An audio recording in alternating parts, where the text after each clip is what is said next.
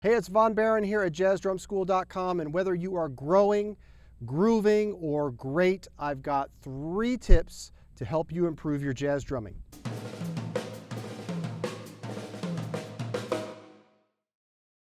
All right, so tip number 1 is getting a good sound out of your ride cymbal. I know it's tempting in the beginning to focus a lot on independence, coordination, right? Hand patterns, how to play solos, all those things. They're important, definitely, but the first thing you want to do is get a good sound out of your ride cymbal. The easiest way to get a good sound is to think of pulling the sound out of the cymbal rather than hitting into the cymbal.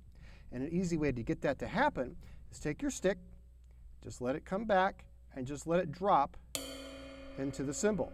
Let it bounce. Let the cymbal and the stick do the work for you. Don't try to grab it or pull it back. Just let the stick do the work. And generally where I'm going to hit the cymbal is probably about in this zone. This is usually the sweet spot for a lot of ride cymbals, okay?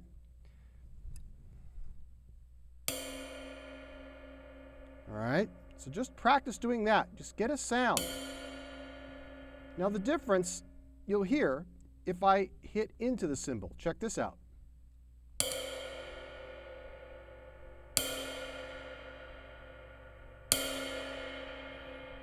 Versus this.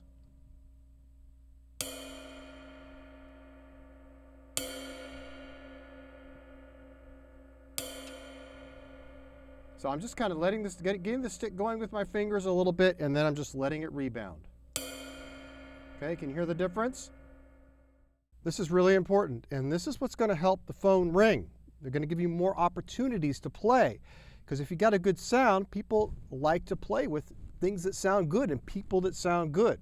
Now, you want to learn this and go really deep, get into my Intro to Jazz Drumming course, because I lay it all out for you in there, and I teach you exactly how to get it done in the context of playing jazz on the drums. Also, if you're new to jazz drumming and you really want to dive in, I suggest my starter pack. It's got my Intro to Jazz Drumming course, my comping course, and the first couple of sections from my Brushes Mastery course. So you've got this massive amount of content that's really going to jumpstart your jazz drumming. Now, one more tip for playing swing on the ride cymbal and getting that nice full sound. I want you to think of it like you're going out to a lake and you've got a flat rock and you're going to skip that rock across the water. The first skip is going to be really big, and it's going to be followed by all these kind of little skips after that. That's exactly what we're doing when we play ride cymbal and we play jazz. That big skip is going to be on counts 2 and 4. 1, 2, and then after that we go 3. Okay, again, I talk about all this and teach you all this in my Intro to Jazz Drumming course. 2, 3, 4, 1, 2, 3, 4, 1. Notice how those last 2 skips just kind of fall into place. I'm not trying to control them, all right? The only thing I do at the end is just collect the stick gently to bring it back into position to play again. 2, whoop, try again. 2, 3, 4, 1, okay? So all I'm doing is very just delicate playing here, and I'm just letting the stick and the cymbal do the work and letting gravity and momentum do the work too. We're working with physics, not rather than working against physics. So what I want you to do when you practice is just start off 2, 3, 4, 1. Even the beginning, you don't have to have any tempo at all. 2, 3, 4, 1, like that, okay? 2, 3, 4, 1. After you get comfortable with it, add in a little bit of time.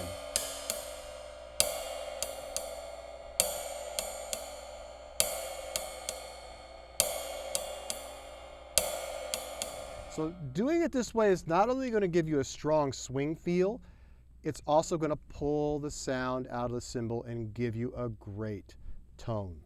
All right, so tip number 2 for all you grooving drummers. Now, this is about comping. Comping is about a conversation. It is not about filling in all of the holes and the spaces in between what the other musicians are playing. What I want to be doing is listening to them, not listening to me. I already know what I sound like, right? So when I show up to a situation and I'm playing with other musicians, I want to listen to what they sound like.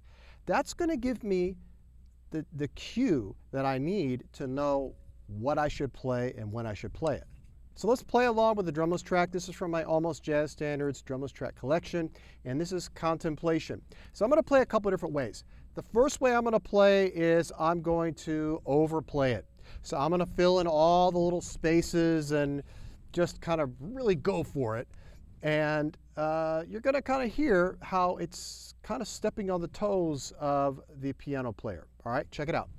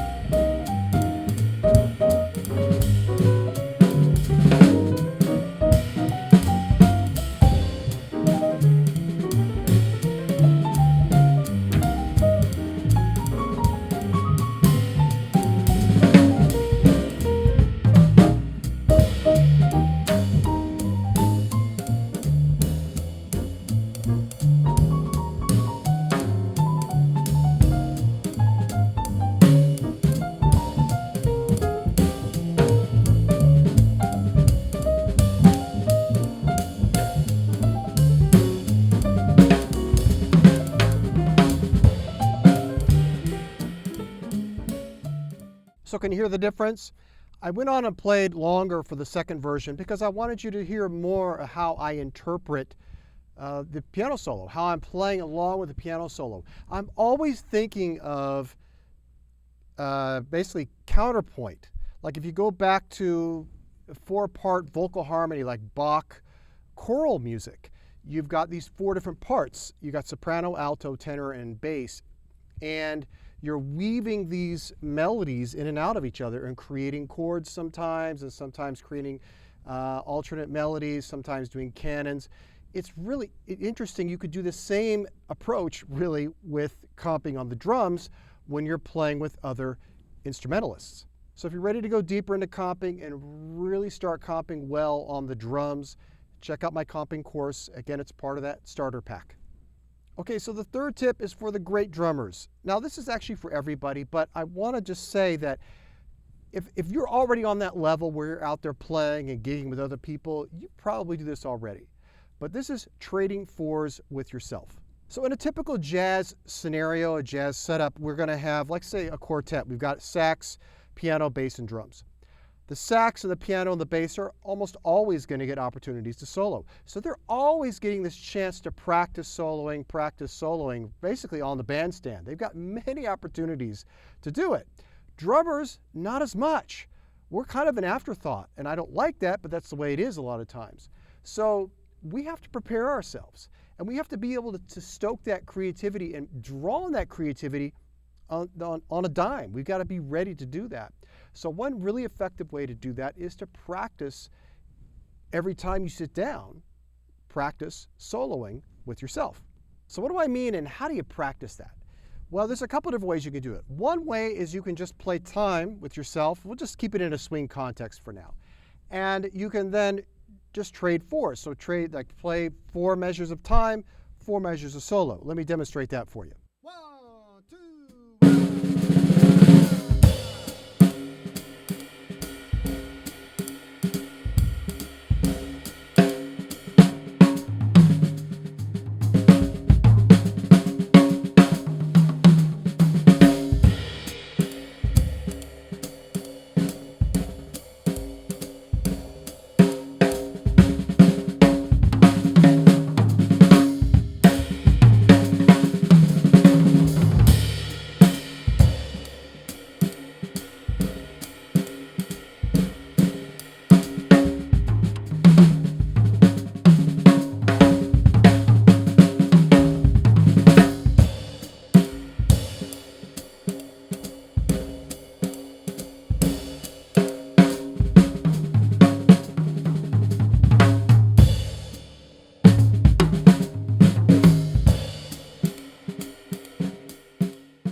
And another way to practice that's even more fun is to play along with a drumless track. And I created these tracks specifically to practice your soloing and trading 4s and 8s. This one is called Bye Bye Blackbird, and I'll put the links to these tracks and also the Almost Jazz Standards drumless tracks below in the description for you. So check this out.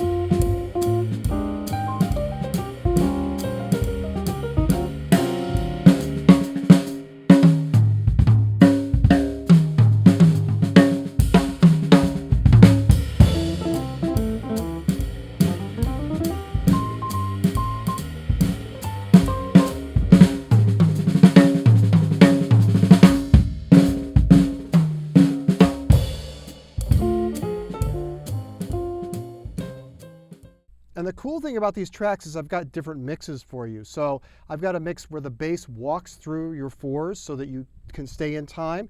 And I've got a mix that has no bass, just like I played along with. And I've also got one that just has a bass only, so you can practice like chorus solos, extended solos. So you could see that I nailed it most of the time, right? The timing on the 4s with no bass. But there were times where I didn't. So I want to point out that these tracks are incredible for improving your time and your timing, especially during your solos. Now to go deeper into what I'm doing here with my hands and the patterns I'm doing on the drums and how I approach soloing on the drums, I encourage you to check out my drum soloing and drum fills pack. It's a great way to save money on both courses and to really get those skills into your hands and into your feet. All right, so hope it's helpful. Those are 3 great tips, whether you're growing, grooving, or great, things that we need to make sure we do to be the best jazz drummers we can be. All right? Thanks so much always for connecting, and keep swinging, my friend.